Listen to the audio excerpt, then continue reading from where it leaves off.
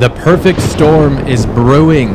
Several recession indicators are coming together. The Shiller PE just broke 40. The yield curve is flipping. We have September and October. We have the presidential cycle. The US has an extreme amount of debt. Let's break down each indicator. First, we have extreme valuations. This is made clear by the Shiller PE ratio. It just broke 40. The Shiller PE ratio compares the prices of stocks to their earnings. And we can look at it historically, all the way back to the late 1800s. You can see up here, this was the peak in 1929 before an 89% stock market crash. Then up here, this was the peak of the dot-com bubble. We just recently broke 40. Even though it's not as high as it was during the dot-com bubble, it's very high. The dot-com bubble was concentrated to some tech stocks that had no revenue, so it really inflated this number.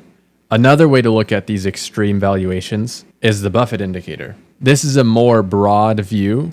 It takes the broad Wilshire 5000 and it compares it to the GDP.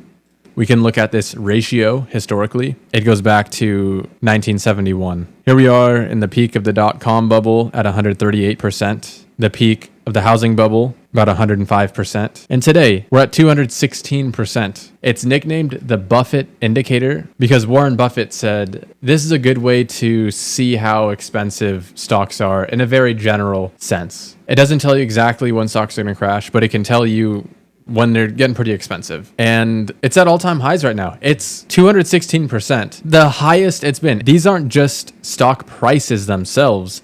I understand that the prices themselves, they keep going up. That makes sense. But this is a ratio. This compares the stock prices to the GDP, and it's at record highs. You can look at the same thing in real estate. This graph here compares the home prices to the median household income. It's a ratio. Again, this goes back to the 1940s. And right here, was the peak of the housing bubble. So when housing was very expensive, at the peak of the housing bubble, the median home price was about 6.83 times the median household income. Today, it's even higher. It's over 7 times. That's right around all-time highs. So stocks are expensive. Real estate is expensive. There's nowhere to hide. Now, let's look at the yield curve. This has historically been one of the strongest recession predictors. If you don't know what this is, it compares the 2-year bond to the 10-year bond. Normally, you're going to get a higher yield on a longer-term bond than a shorter-term one. So the 10-year bond should have a higher interest rate than the 2-year. But sometimes it does the opposite. It's an abnormal thing, but it actually has some strong predictive power. This graph goes back to 1976. And this horizontal black line is 0, meaning if the graph goes below this line, that means the yield curve is inverted. These vertical gray bars show when we had recessions. Let's look at how predictive this has been. When you see an inversion of the yield curve and then an uninversion, we usually have a recession. Inversion, uninversion, recession. Inversion, uninversion, recession. Inversion, uninversion, recession. Inversion, uninversion, recession. Right here, it happened briefly, barely inverted. I think if you look at the 10-year versus 3-month, it shows it a little more. But again, basically inverted, uninverted, recession. Inverted, uninverted, recession. It should be right around the corner. It should be. And there haven't really been many false signals. Right here, maybe it dipped below it in the late 90s. But still, we had a recession not too much later. They say this is one of the strongest recession predictors, and it was deeply inverted recently. So this is a clear signal. Hey, it is deeply inverted. Now it is uninverted.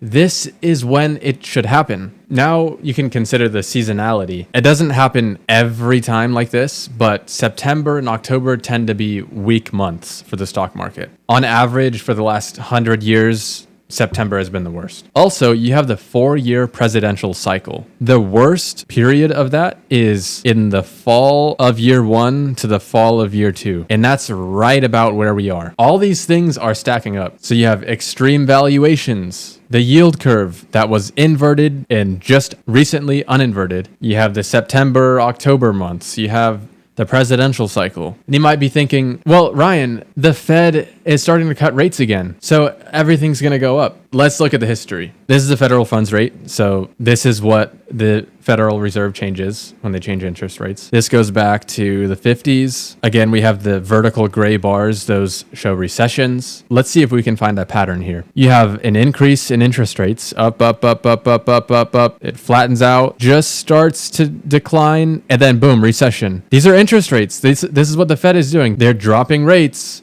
lower and lower, and as the recession deepens and deepens.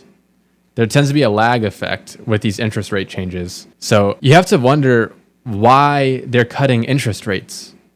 Because everything is great?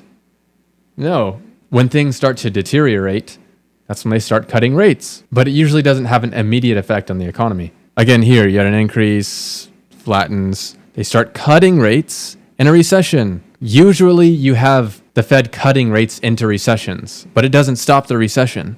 Like, look at this. They cut rates, boom, recession. They cut rates, boom, recession. They cut rates, boom, recession.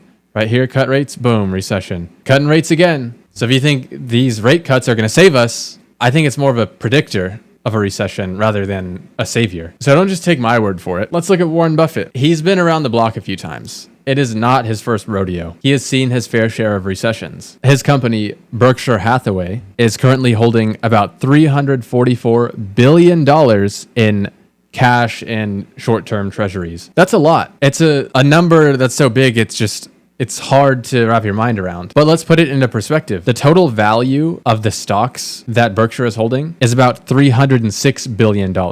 So they have more cash than they do stocks. Warren Buffett likes buying stocks. So if he has more cash than stocks, that ought to tell you something. He doesn't usually explicitly say the market's going to crash or he sees a recession on the horizon. But I think he's putting his money where his mouth is. It is abnormal for Berkshire to have this much cash compared to stocks. And if you think the Fed is just going to bail us out again like they did during COVID, think again. This is the US debt clock. The current amount of debt the United States has is $37 trillion.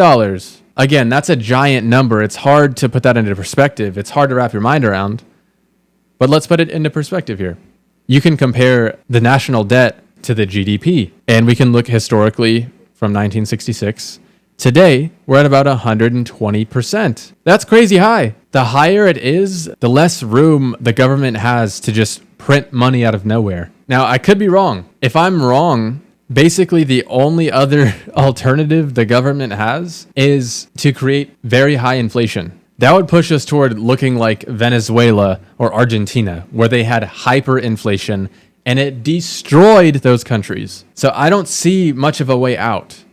Extreme valuations in both stocks and real estate. The yield curve is screaming recession. The presidential cycle, September, October, the extreme national debt levels. That doesn't mean everything is going to crash tomorrow, but I think it has to at some point. Something's got to give. I've been thinking this market is going to crash for the last few years. And I'm not just thinking maybe it will.